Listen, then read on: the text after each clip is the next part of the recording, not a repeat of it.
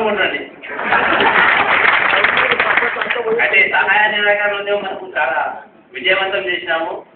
ఈరోజు మన రాజకీయ నాయకులు శాసన సభను మరియు శాసన మండలిని కూడా వదిలేసి రైలు పట్టాలు రైలు రోకోలు చేస్తున్నారు. ఇది మన యొక్క స్ఫూర్తి వాళ్ళకు వచ్చిందని నేను అనుకుంటున్నాను. ఇది విజయవంతం చేసినందుకు మీ అందరికీ కృతజ్ఞత తెలుపుతున్నాను. అలాగే ఇక్కడ మన రాజకీయ నాయకులు ఢిల్లీ వెళ్ళి సూట్ కేసులు తెచ్చుకుంటారు ఇన్ని రోజులు. ఇప్పుడు అన్ని బంద్ అయినట్టున్నాయి. అందరు రోడ్ల మీదకి వచ్చారు. ఇప్పుడు కొట్టాలని పాటు సహాయ నిరాకరణ మనం చేస్తున్నాము. కానీ చాలా మంది ఉద్యోగులు ఇక్కడ ఆబ్సెంట్ అయ్యి వాళ్ళ విధి నిర్వహణలో పాల్గొంటున్నారని నిన్న ఒక ఆఫీస్కి వెళ్ళి మన మహిళా ఉద్యోగులు వాళ్ళందరికీ ఖాళీ తొలగించిన సంఘటన మన సంఘటనలో కాదు రాష్ట్రమంతా హెచ్చరించామైంది. ఇది మీ మహిళా ఉద్యోగుల తరఫున అందరి తరఫున మీకు ధన్యవాదాలు తెలియజేస్తున్నాను.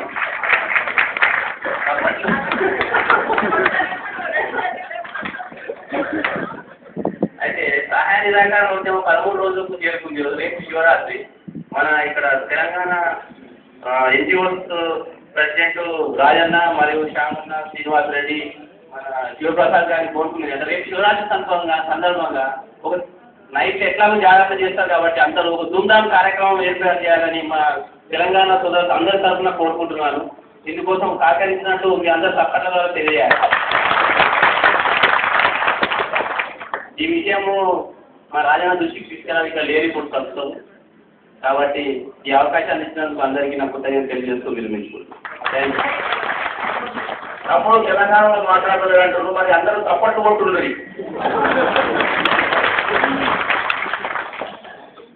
మనం ఎలాగైతే జీతాలు కూడా తీసుకోవద్దని చెప్పేసి నిర్ణయించుకొని మరి మన డిమాండ్స్ కోసం ఏదైతే చేస్తున్నామో ఉద్యమంలో అదేవిధంగా మరి పేపర్ షాప్లో కూడా ప్రజలకు కూడా మరి బియ్యం ఈరోజు లేవంటే మరి ఆ కీర్తి కూడా మనకే దక్కింది.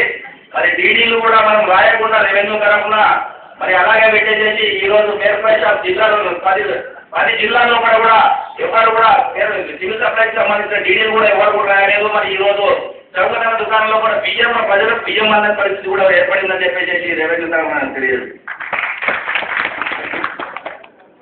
Thank you. ఇప్పుడు తెలంగాణ ఎన్జిఓస్ మెరిటీన్ అసోసియేట్ అధ్యక్షులు శ్యామరావు గారు దాన్ని ఉద్దేశించి మాట్లాడవలసిన విజ్ఞప్తి చేస్తారు.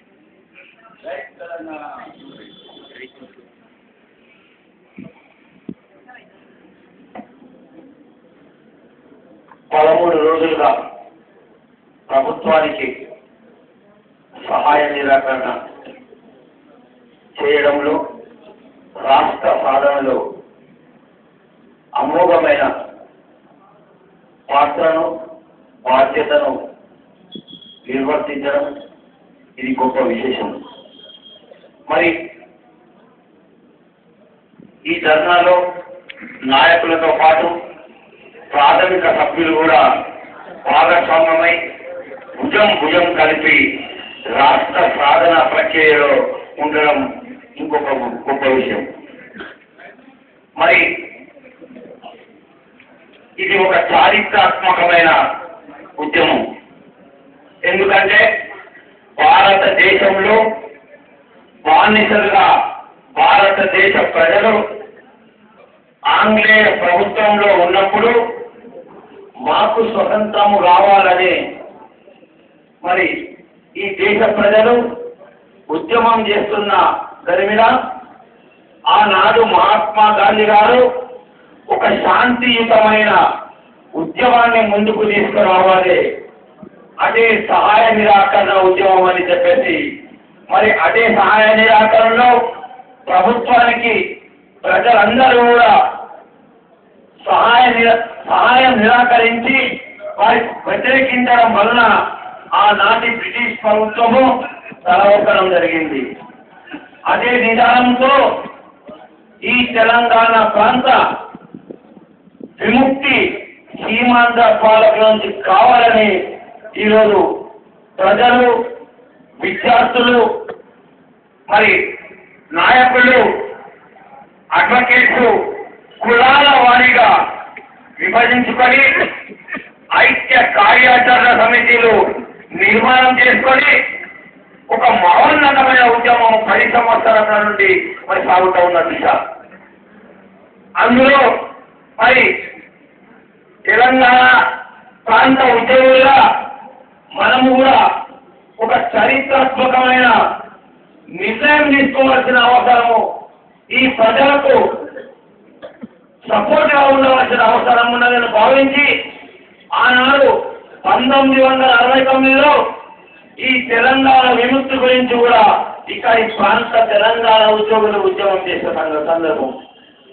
ఆనాటి సందర్భాన 369 మంది అసలు పాసులు అమరులైనారు.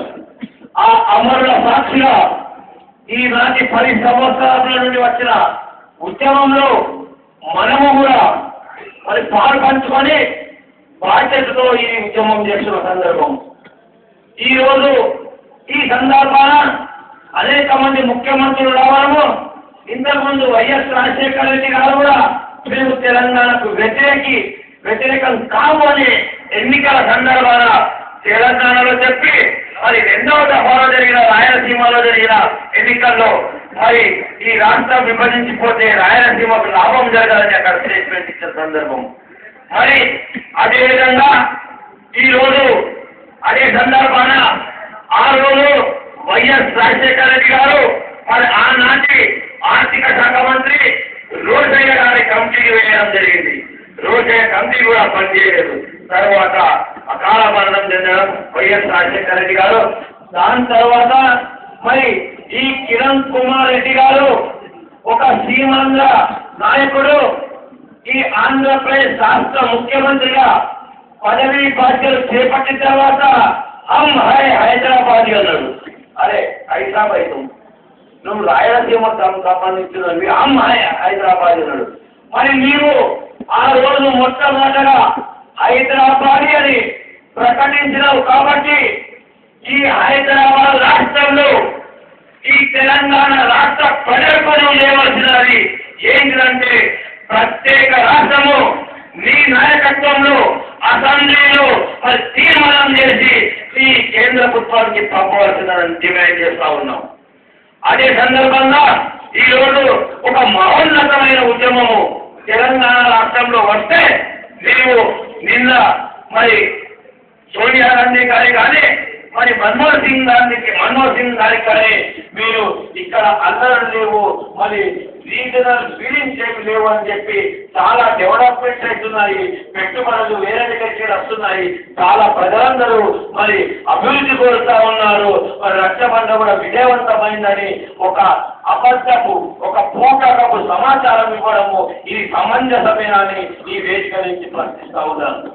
కాబట్టి కిరణ్ కుమార్ రెడ్డి గారు ఈ తెలంగాణ ప్రజల ఆగ్రహావేశాలకు మీరు పనికాక ముందే అసెంబ్లీలో మీరు తీర్మానం చేసి కేంద్ర ప్రభుత్వాన్ని ఒప్పించి ఈ తెలంగాణ ప్రజల ఉద్యమానికి మరి ఈ ఆత్మ గౌరవ పోరాటానికి మద్దతు ఇచ్చి మీరు హైదరాబాద్ అన్నానికి నిర్ధారించుకోవాల్సిన అవసరం ఉన్నది ఈ సందర్భంగా నేను డిమాండ్ చేస్తా ఉన్నాను.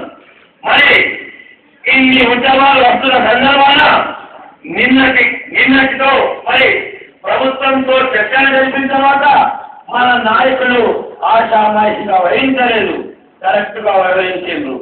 మేము మా తెలంగాణ ఉద్యోగులందరూ ఉద్యమం చేస్తున్న సందర్భాన మేము ఎక్కడ మీతోటి అగ్రిమెంట్ చేసుకోవాలన్నా మళ్ళీ మేము తెలంగాణ జిల్లాలోని అధ్యక్ష కార్యదర్శితో మాట్లాడిన తర్వాతనే మీతో అగ్రిమెంట్ చేసుకుందామనే సందర్భం. కాబట్టి ఈ అగ్రిమెంట్ లో మరి శ్రీనివాస్ రెడ్డి గారు కానీ నేను కానీ రాజేందర్ కానీ మరి మీటింగ్ అయినప్పుడు ఒక్కటే చెప్తాను, ఇంతవరకే శ్రీనివాస్ రెడ్డి గారు చెప్పడం జరిగింది. మన ఆత్మ ద్వారా పోరాటానికి ఎలాంటిది వ్యతిరేకం వచ్చినా మనం ఒప్పుకునే సమస్యనే లేదు.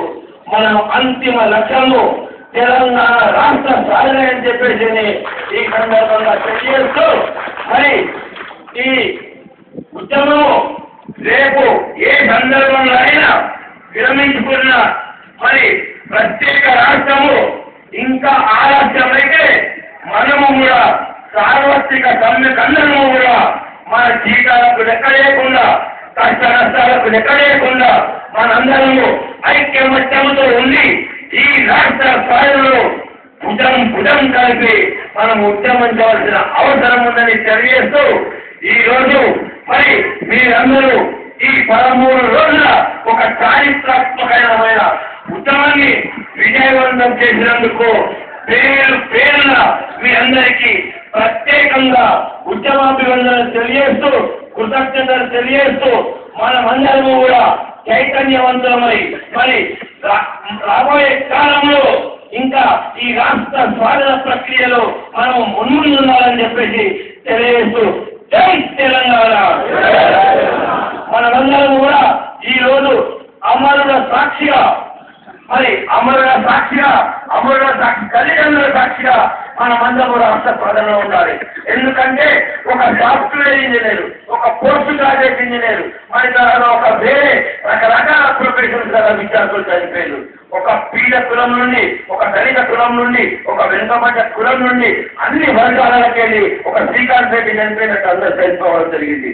మరి తల్లిదండ్రులు పోషించే సమయంలో మరి ఆ కుటుంబాలు మరి కొడుకు లేకపోవడం మూలంగా ఆ కుటుంబాలు ఎక్కడ ఏం చేస్తారు.